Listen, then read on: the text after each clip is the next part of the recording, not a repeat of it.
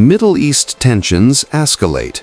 A fire broke out at a UAE oil field in Fujairah after a drone attack, while a Pakistani national was killed in Abu Dhabi by falling missile debris. The UAE temporarily closed its airspace as it responded to incoming threats. Qatar intercepted a missile, and a small fire broke out in an industrial zone due to falling debris.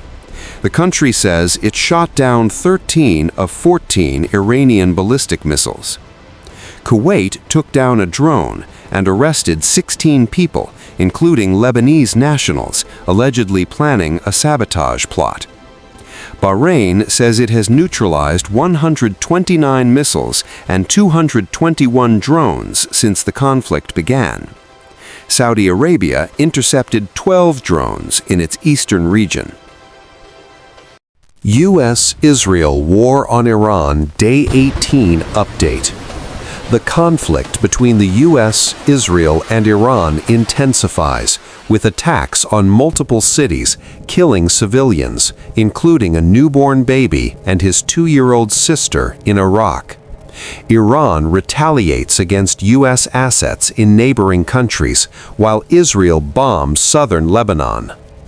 Key developments: a 3-day-old infant and his family killed in Iraq City. Amnesty International blames U.S. for primary school attack that killed 170, mostly schoolgirls. 1,444 killed and 18,551 injured in U.S.-Israel attacks on Iran since Feb 28. Iran's president defends self-defense and vows not to surrender. Oil prices surge and shipping disrupted through Strait of Hormuz. Regional fallout. UAE oil field attacked, airspace closed. Qatar intercepts missile, Kuwait downs drone. Bahrain neutralizes 129 missiles and 221 drones. Saudi Arabia intercepts 12 drones. Hezbollah targets Israeli city. Shrapnel falls on Jerusalem holy sites. Humanitarian crisis. Over 1 million Lebanese displaced. Israel says displaced won't return until north is safe. In Iran, attacks on Iranian cities. A series of large explosions were reported in northern Tehran near the Saadabad Palace complex following earlier attacks on central Tehran, Karaj, Shahryar, and Shiraz. A 3-day-old infant and his 2-year-old sister were among those killed in a U.S.-Israeli attack that hit their home in the city of Arak, according to Iran's Islamic Revolutionary Guard Corps, IRGC. The children's mother and grandmother were also killed in the attack. Iran's English-language news channel, Press TV, cited the IRGC as saying, Iranian retaliation and stance. Iranian President Masoud Pezeshkian has defended Tehran's right to self-defense, saying Iran did not start the war and will not surrender to bullies. Iranian primary school. An Amnesty International investigation confirmed that a U.S. attack on an Iranian primary school killed at least 170 people, most of whom were schoolgirls. Rising casualties. At least 1,444 have been killed and 18,511 injured by U.S.-Israeli attacks on Iran since February 28th.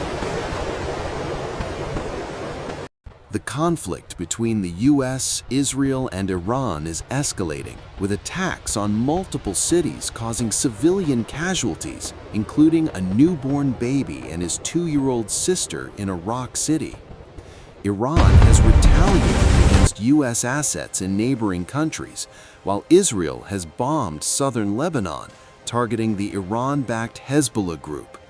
This has led to a surge in oil prices, disrupted shipping through the Strait of Hormuz, and displaced millions of civilians.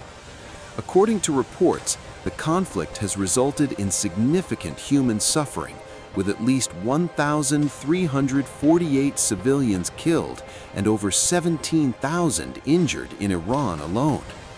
The US and Israel have been accused of causing these casualties, with an Amnesty International investigation finding the US responsible for an attack on a primary school in Minab, Iran, that killed at least 170 people, including over 160 girls. U.S. President Donald Trump is urging the UK and France to help secure the Strait of Hormuz, which Iran has closed, causing oil prices to skyrocket. European leaders, however, are pushing back, with Germany stating it won't join the U.S.-Israeli war, and the EU noting no appetite for sending troops. Trump has labeled Iran a paper tiger and claims it's closed the strait to our enemies. Vice President J.D. Vance is backing Trump, saying he's a smart president who can get the job done. Meanwhile, Trump has delayed his trip to China by a month to focus on the ongoing conflict.